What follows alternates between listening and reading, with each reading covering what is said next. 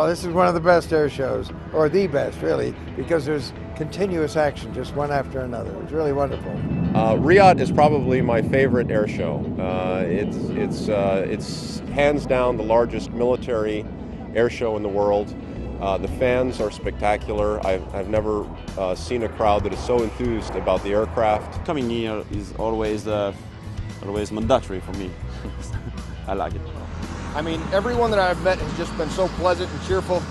And you know, if you go to some countries, they're not always that way. So I tell you, I think I found a second home. Coming here is a real treat. It's for an aviation enthusiast like myself, it's been great. This is probably the aviation highlight of the year for both the general public, I think, but also for the aviation community and industry as well. So I think it's an ideal opportunity for us all to get together, both nationally and internationally. Hello, I'm Sean Maffett, and it's my great pleasure to welcome you to Royal International Air Tattoo 2006.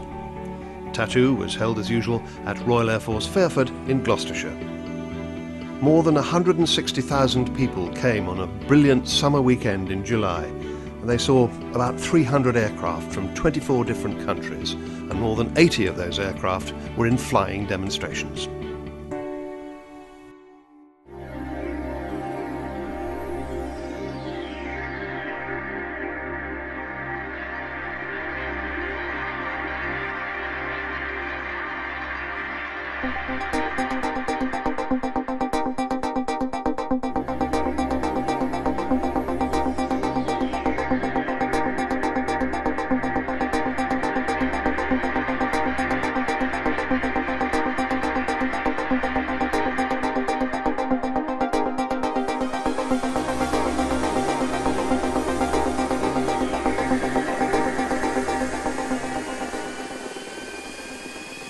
Well, now here is one of the real stars of Royal IAT 2006. This is the quite extraordinary, the unbelievable MiG-29M OVT.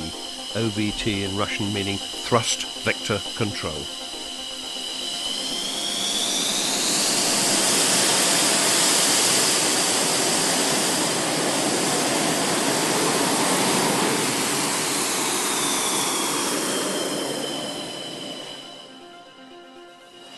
This aircraft you've seen today is a prototype of thrust vectoring aircraft, which is built based on MiG-29M version of very familiar, very known, well-known MiG-29 aircraft. Which the main differences between conventional one and this one is existing over the fly-by-wire control.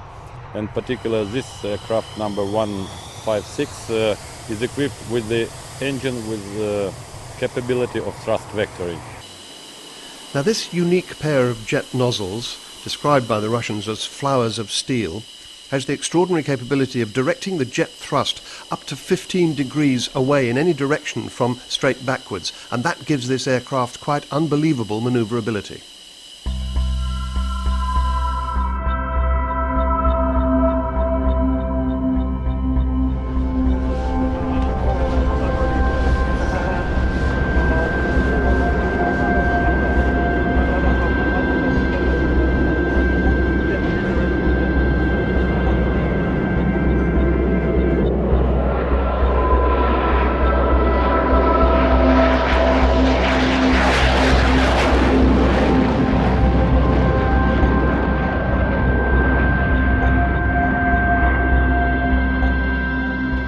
Aerodynamics. There is not too much aerodynamics when we are using the thrust vectoring, because the most important thing is that the safety of flying with the nozzle controls is extremely high compared to conventional aircraft.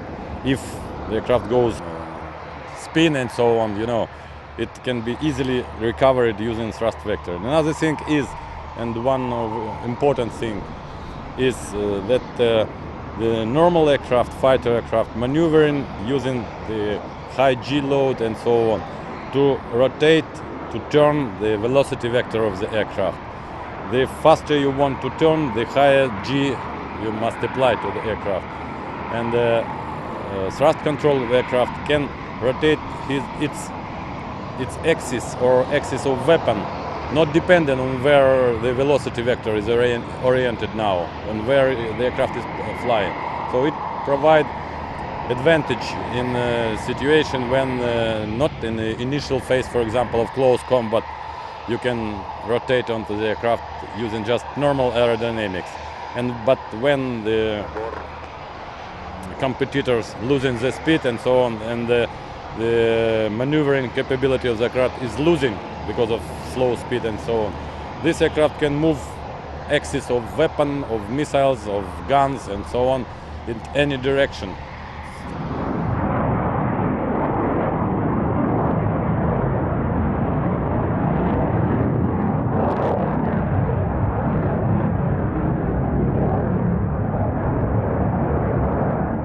Another thing, and very important thing, when you look where your nose is pointing, it's not the same. The aircraft is flying another direction, so the pilot must be careful. If even you point up, the aircraft can go down.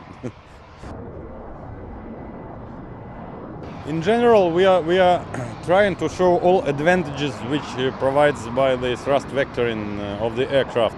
So that maneuver we are performing still has no name, exact name. Just we understand what we are doing. The only thing we would like to show the aircraft capability, controllability and stability, and packed it into understandable from the spectators and specialist maneuvers. It's on to show everything and to show it in a manner which will be lovely for spectators only.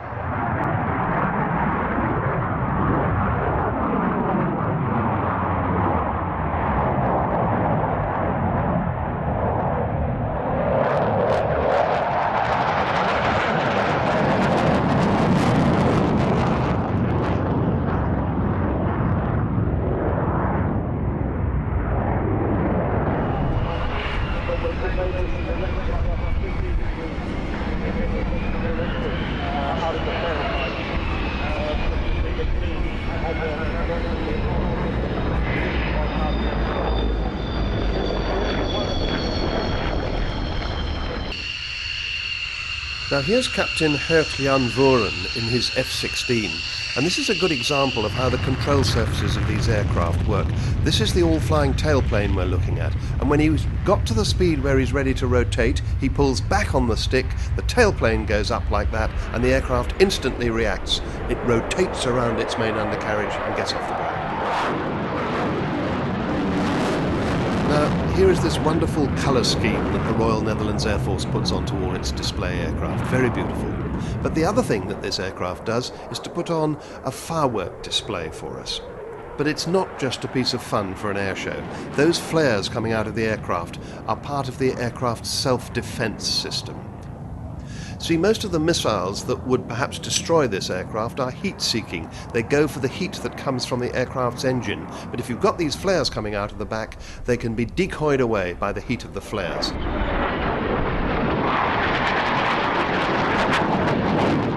Now we're looking at really quite an old aeroplane. It first flew back in 1974 in its prototype form, but it has been considerably developed over the years. But the F-16 was actually the first aircraft that was designed to be unstable in the air, and the whole point of that is to make it much more manoeuvrable. Now, in this aircraft, the instability is kept in control by the fly-by-wire computer system. Now, that fly-by-wire system is the link between the pilot's controls and the control surfaces of the aircraft. They're not directly connected, they have the computer in between. And in this aircraft, instead of a conventional control column, the pilot has a little computer-style joystick, and he just has to move that very slightly. It works through a quadruple redundant system. That's to say there are 4 levels of failure. You could have 1 computer fail, and there's still 3 left.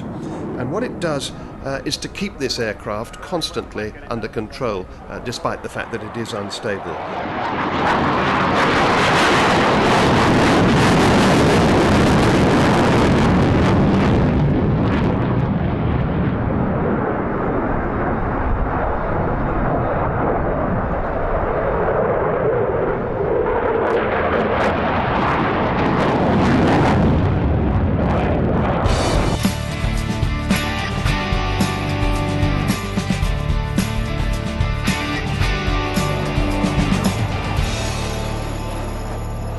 Hey mate, LAC Cameron here from the Royal Australian Air Force. Where the bloody hell are ya? What do you reckon, Skip? RIAT rocks. Hello, I'm Roel van Dijk. I'm captain in the Royal Netherlands Air Force, and we're here at Fairford having a good time. Hello, I'm Walter Ensler. I'm the aircraft commander of this CH-53.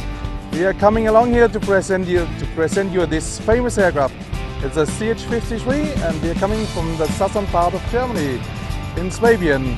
So hello to you all.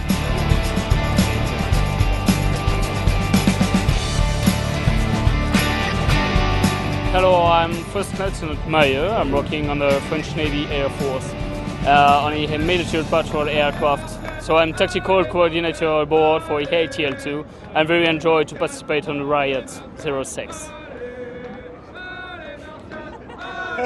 It's my crew.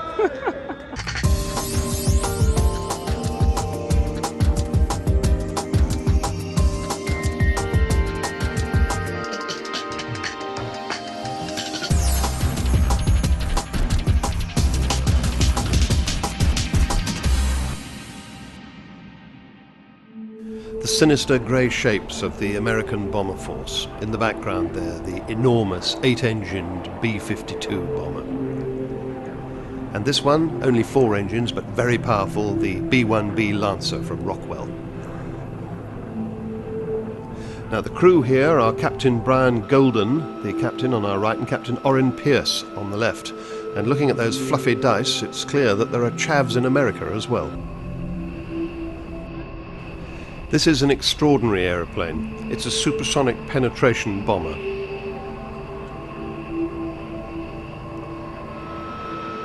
And these guys are obviously very proud of it.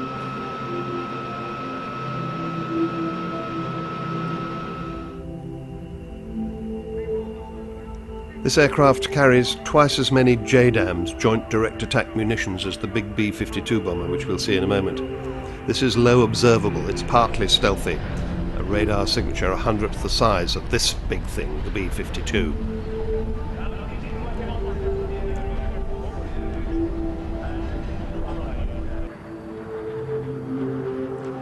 Now the outer wings, outboard of the engines, sweep back from 15 degrees, which is fully forward, to 67.5 degrees, fully swept.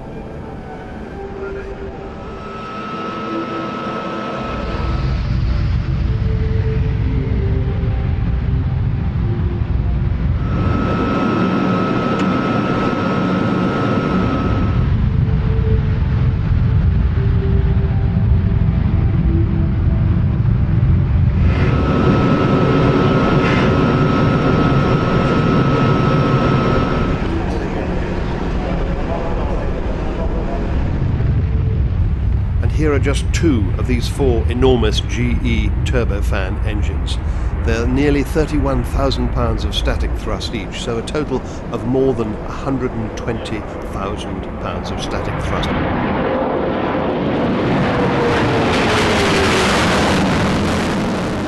That's 25 times the power of the British Hawk that we saw earlier. This aircraft and the crew are from the 28th Bomb Squadron of the 7th Bomb Wing at Dyess Air Force Base in Texas. That's the training unit for the whole B-1 force. And here's the B-52, the Buff, taking off. Now this has 8 engines. They're rather smaller, they're only 17,000 pounds each, but with 8 of them, that's 136,000 pounds in total, even more than what the B-1 has.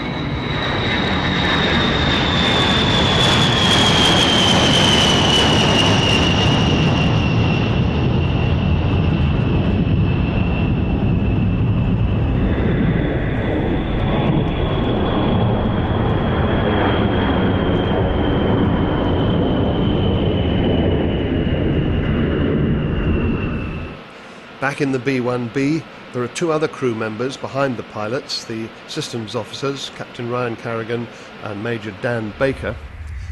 One of them operates the defensive systems and the other operates the offensive systems. And they have an extraordinary set of defense on this aircraft. They have tail warning radar, chaff and flares, the usual things, plus electronic jamming chains all around the aircraft, can jam several radars simultaneously. And now they also have an ALE-50 towed decoy for suckering missiles into hitting that instead of the aircraft itself.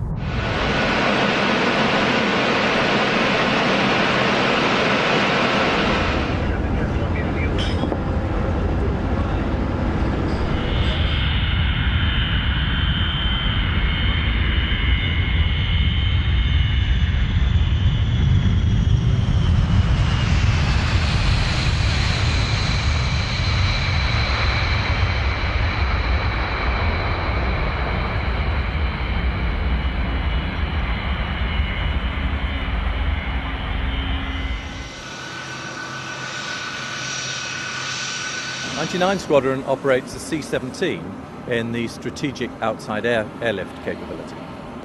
We got these aircraft, these 4 aircraft, 5 years ago, almost to the day, and since then we've been surging, for want of a better term, at maximum capacity, increasing the numbers of our crews as the opportunity arose, and flying these aircraft pretty hard, as well as the crews.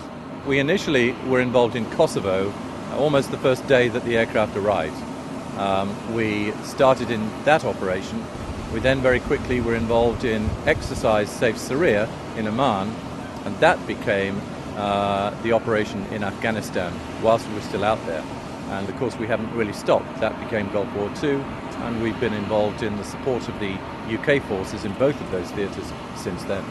The C-17 at the moment within the Royal Air Force is solely used as a strategic airlifter. What I mean by that is we'll take off from a runway such as Brize Norton, climb up to altitude of maybe 35,000 feet, cruise at that altitude until we get to our destination, when we would descend like any civilian airliner would do. Weight-wise, we can carry 169,400 pounds, which in metric equates to just shy of 75 tons or 75,000 kilograms. The C-130 can carry approximately 19 tons, so as you can tell we're nearly four times more capable than a C-130, and we fly faster, further, and we can still get into the short tactical landing strips that the C-130 can do. If it needs to go out there, it goes on the aircraft. So from complex vehicle moves, any vehicle you can think of, fire engines, runway preparation vehicles, to helicopters, all the UK's helicopters go in the back of the aircraft, varying numbers, to F-3 Tornadoes going down to the Falkland Islands. But inevitably, what we take out changes depending upon the stage of the operation at the time. For a while we were taking in food into each of those operations, and that changed to the vehicles, ammunition. As I say, if it needs to go out there, it goes in the back of this aircraft. I think the question when we talk about the C-17 is, how on earth did we manage before we got it? There was an awful lot of leasing of aircraft, or more of charter of aircraft, prior to the C-17. But we've had really nothing of the capability since really we got rid of the Belfast, which had a wide body capability, but was a propeller aeroplane with a significantly reduced range. Well, I think that 99 Squadron with the C-17 has demonstrated on several occasions that it can, at very short notice, take part in any rescue mission, humanitarian aid mission, as well as the more operational aspects of our job, at very short notice, and can do that job supremely well.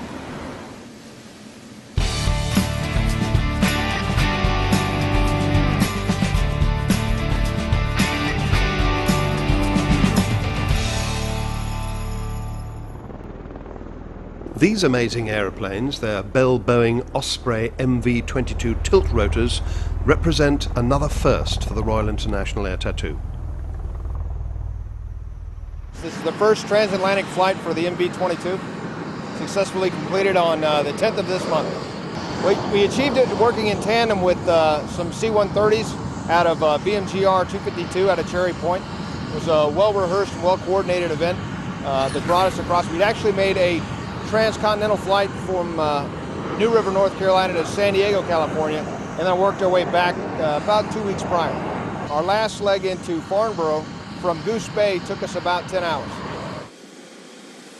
The V-22 is faster than any helicopter ever has been. It can fly at higher altitudes than any helicopter can. It can, in airplane mode, and also it can fly much further than any helicopter can. The bottom line is the V-22 can do things faster and further and higher than a traditional helicopter could.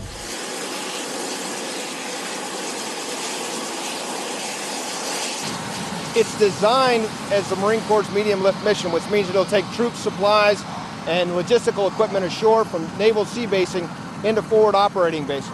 It's also going to be used in a special operations platform because of its unique capability to go fast, go far, and stay low.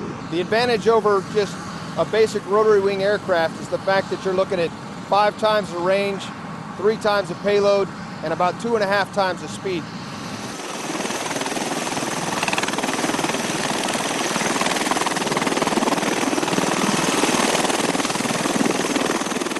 Training for flying in the V-22, we actually in our squadron have F-18 pilots come directly into the program, Harrier pilots, C-130 pilots, and then all of the various kinds of helicopter pilots as well.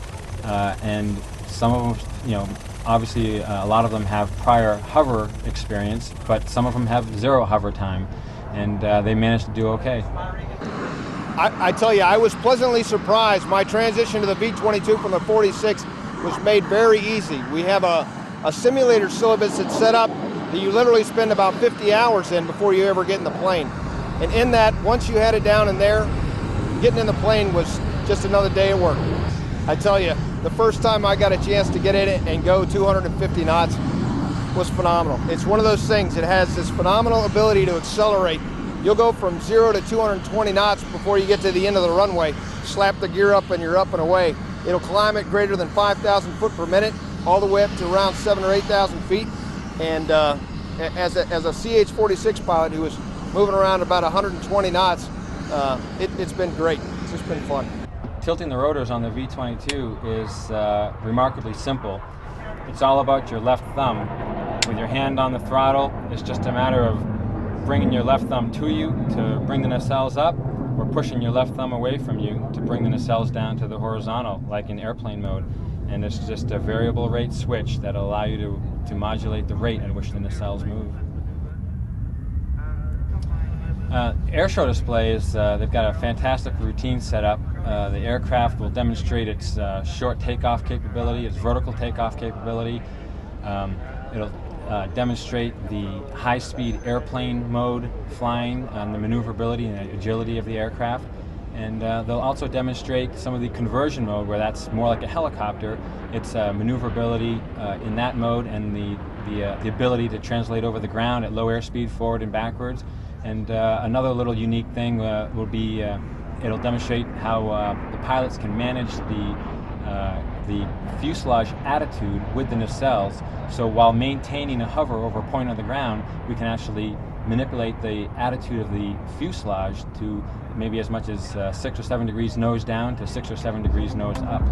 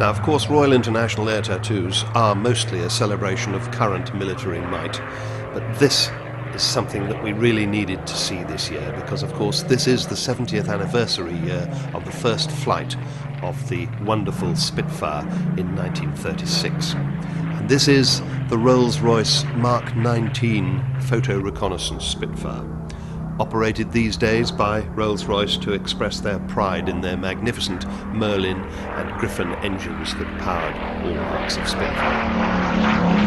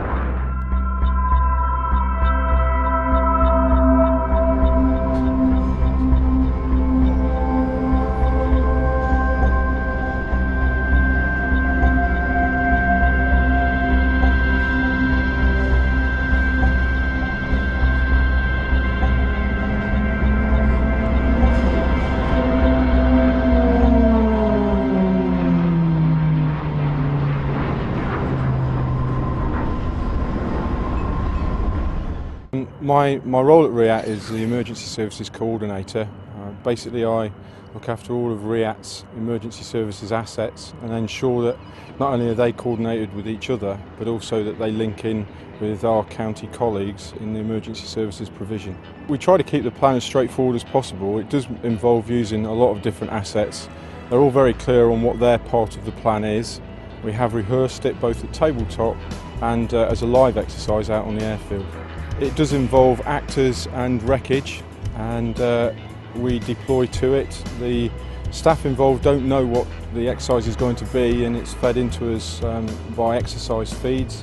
We're watched by directing staff who then give us feedback afterwards to make sure that we are complying with what the written orders say, what the plan says, and that we can discharge the functions that we're setting out to do. It is well rehearsed. We do develop it every year, and that's the beauty of the exercise as well. We do learn. Each of the agencies involved has the ability to input, change things. We do that by consent with each other. We comment on how we might improve it, so it's a developing plan, but the main base of it has been in place for several years.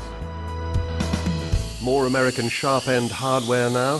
This is Captain Tony Bierenkoven of the West Coast demonstration team in his F-15C fighter.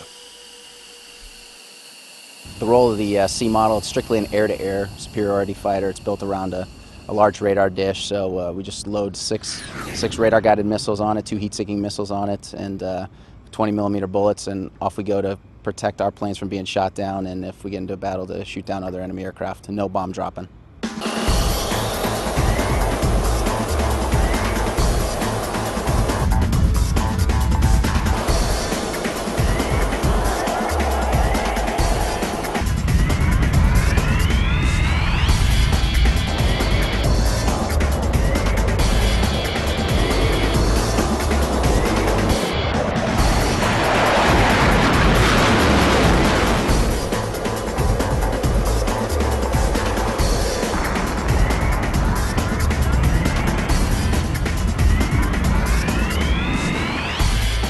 Do a couple things, show how powerful it is. 2 big engines produce about 50,000 pounds of thrust. So how loud, how big the plane is, how quick it can turn, how many G's it can pull, how quick it rolls, how fast it climbs. We go from 300 feet up to 15,000 feet in a matter of 15 seconds or so. So it's a very powerful, maneuverable aircraft, especially for a plane that size.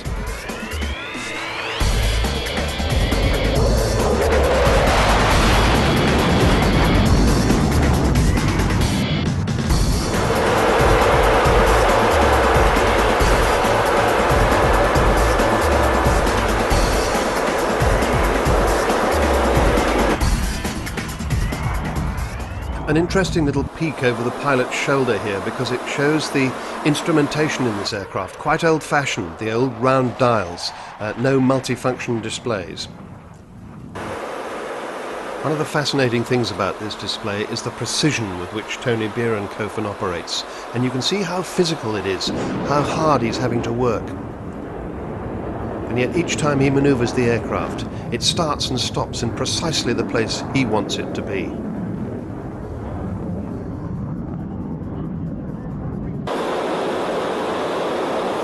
Now, these air-to-air fighter versions of the F-15 are the aircraft that are being replaced by the brand new F-22 Raptor.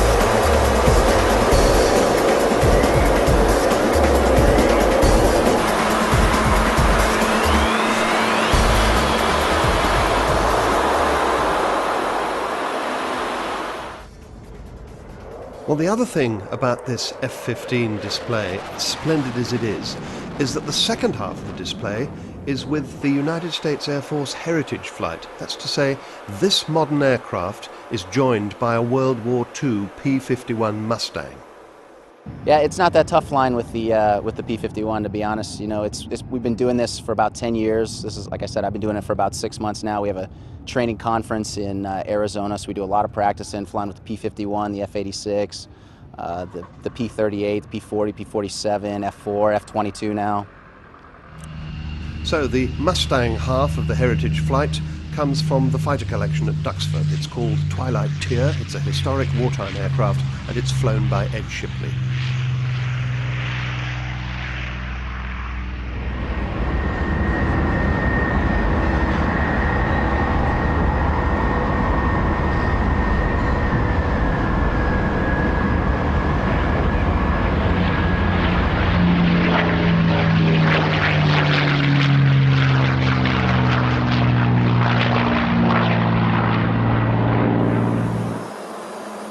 So yeah, we've taken off all the missile rails, all the external fuel tanks, and like I said, just don't even use flaps for takeoff. Originally, the F-15C didn't even have flaps. It was later put on, so many people don't know that flaps are sort of just an extra. And it's not really with so little drag on the jet and being so low on fuel. By the time I merge with the P-51, the formation flying is quite easy as far as keeping the power back enough to keep up with the slower aircraft.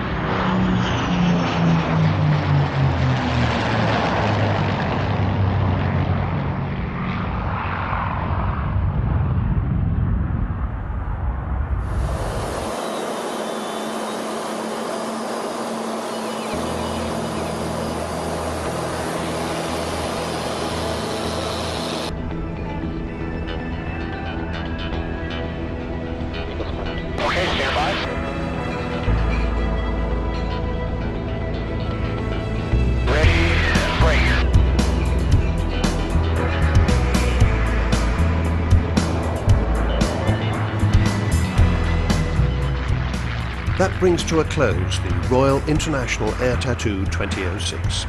From me, Sean Maffitt, goodbye.